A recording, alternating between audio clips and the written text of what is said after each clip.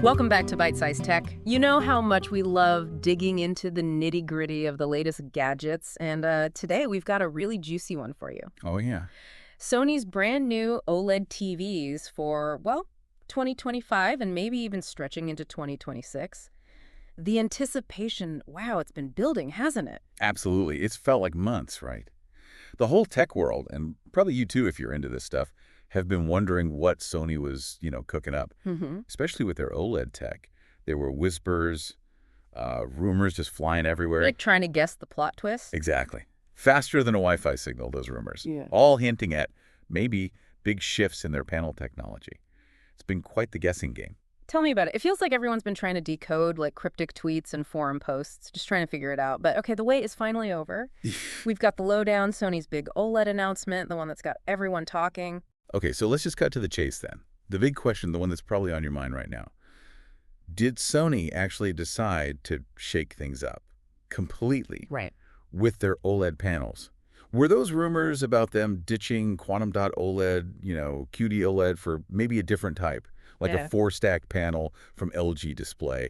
Was that true? That was the big speculation. And the answer, my friend, is, well, drumroll, please. Yeah. The new Bravia 8 Mark II is sticking with Quantum Dot OLED. Ah, okay. So yeah, if you were a fan of those really vibrant QD-OLED colors, you're in luck. Sony is doubling down on it for their latest flagship in this OLED category. Okay, but what's fascinating here is this isn't just the same QD-OLED we've seen before. Right? This is the latest evolution. The next step. Exactly. For us, everyday viewers, you can think of it as Gen 3, third generation QD-OLED. But behind the scenes, apparently the engineers are calling it Gen 4. Gen 4, so what's the difference there? Well, it often signifies like specific technical leaps, manufacturing improvements, stuff that might not be immediately obvious to us, the consumer. So Gen 3 is probably just simpler for marketing. Yeah, right. Easier to grasp. And speaking of leaps, the headline that's really grabbing attention is the brightness.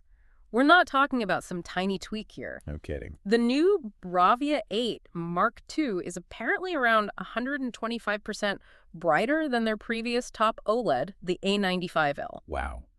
125%. Yeah, that's a massive jump. Imagine the kind of pop that's going to bring to HDR content. I'm picturing like those fiery explosions looking even more, well, explosive. Exactly.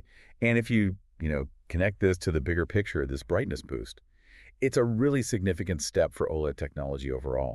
Because while OLED has always been amazing for contrast, black levels, color accuracy, it sometimes, lagged behind LED and especially mini LED and just sheer peak brightness. Right. That was the trade-off. Yeah. This new generation of QD-OLED seems to be really closing that gap, offering maybe the best of both worlds. Could leave the competition a little green with envy, perhaps. So where does this shiny new Bravia 8 Mark II fit into Sony's current TV family then? It sounds like it's basically stepping into the A95L's shoes as their top QD-OLED. Precisely. Yeah. The Bravia 8 Mark II is the direct successor to the A95L, which, let's be honest, got really great reviews. Oh, yeah, definitely. Now, you might remember Sony kind of streamlined its naming system last year. Right, the Bravia numbers. Yeah, so the Bravia 9, that's still the absolute top dog, but that's their flagship mini LED TV. Okay, different tech. Totally different tech. So the Bravia 8 Mark II is now clearly the king of the QD-OLED hill for Sony. Makes it simpler to understand their lineup, I think. And for those folks who might still have their eye on the A95L, maybe hoping for a deal, is that model still going to be floating around? It seems like the A95L might still be available, yeah, but probably for a limited time. Stock clearing out, Makes sense. So if you were a really big fan of that specific model, you might still have a chance to snag one. But the spotlight, it's definitely on the new Bravia 8 Mark II now. Think of it like that band you love.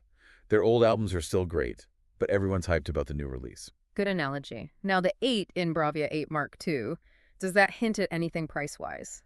Yeah. Compared to when the A95L, which was kind of their top OLED, first hit the market, could we maybe see a slightly more palatable price tag? That's a really insightful question. Yeah. And yeah, the fact that it's positioned at the Bravia 8 level, not 9, does strongly suggest a potential price adjustment. We don't have the exact numbers yet, obviously, but it's pretty reasonable to assume Sony is positioning the Bravia 9 mini LED as their ultimate no-holds-barred premium option. Yeah, the absolute peak. Which would justify a potentially higher price, right? Right. With the Bravia 8 Mark II sliding in just maybe a notch below. It's kind of like the difference between a first class and a business class ticket, still luxurious, absolutely, but maybe a little less wallet shocking. Okay, that makes sense. So just to make it crystal clear for everyone listening, if you're after the latest and greatest that Sony has to offer in the Quantum Dot OLED world specifically, the Bravia 8 Mark II is the one. That's their flagship for that technology. Exactly. That's the takeaway. Yeah. And initially, it looks like it will be available in 55-inch and 65-inch screen sizes. Okay. No 77-inch. Interestingly, yeah, no mention of a 77-inch model right now at this point, which, might be important for folks with bigger living rooms to consider. Definitely something to keep in mind. We'll just have to wait and see if Sony decides to introduce a bigger size down the line. Maybe they will, maybe they won't. Okay. So it sounds like this new TV is probably going to appeal to a specific group of viewers, right? People who really appreciate the unique characteristics of QD-OLED. Absolutely.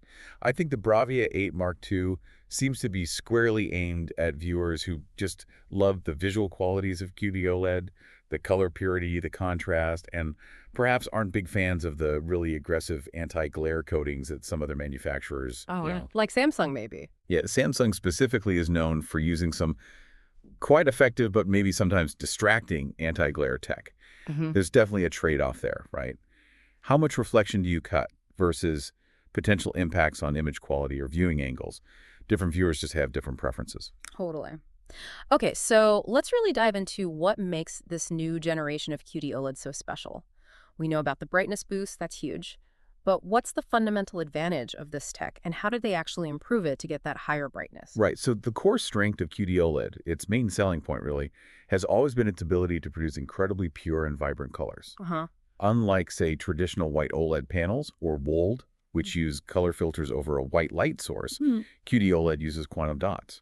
These tiny semiconductor nanocrystals. They take blue light directly from the OLED layer and convert it very efficiently into highly saturated red and green light. Okay.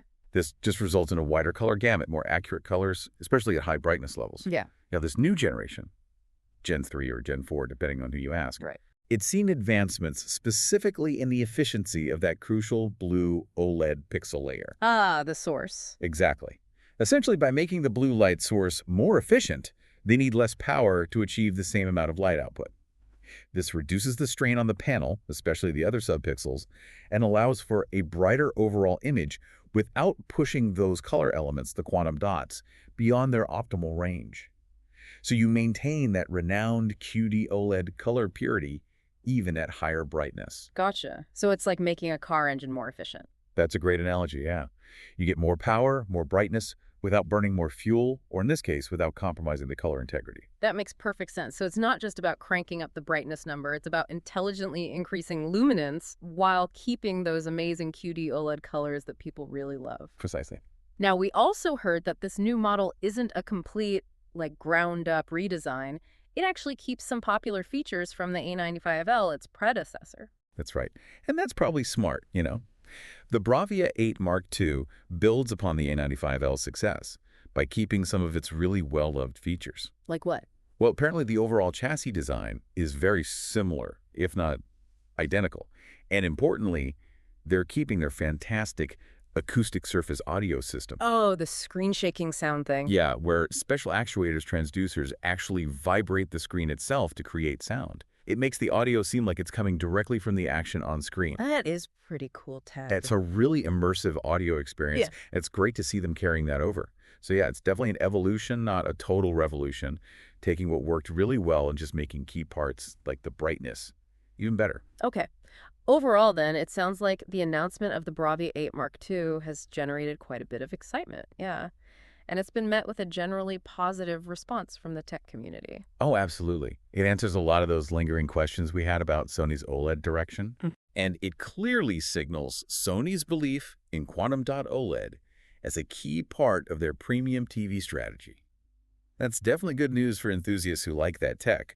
The big brightness improvement, combined with keeping popular features like the audio system, makes the Bravia 8 Mark II a really compelling option, I think, for anyone looking for a top-tier viewing experience. It's definitely one to watch. Well, this has been a truly illuminating deep dive into Sony's latest OLED moves. It's great to finally have some solid info on their, 2025, 2026 TV plans. It really sounds like they've listened to feedback and pushed the boundaries of what's possible with QD-OLED, especially on the brightness front. Indeed. The Bravia 8 Mark II looks like a strong contender in that competitive high-end TV market. It offers that noticeable step up in brightness while staying true to the exceptional color performance that QD-OLED is known for. It does raise an interesting question, though.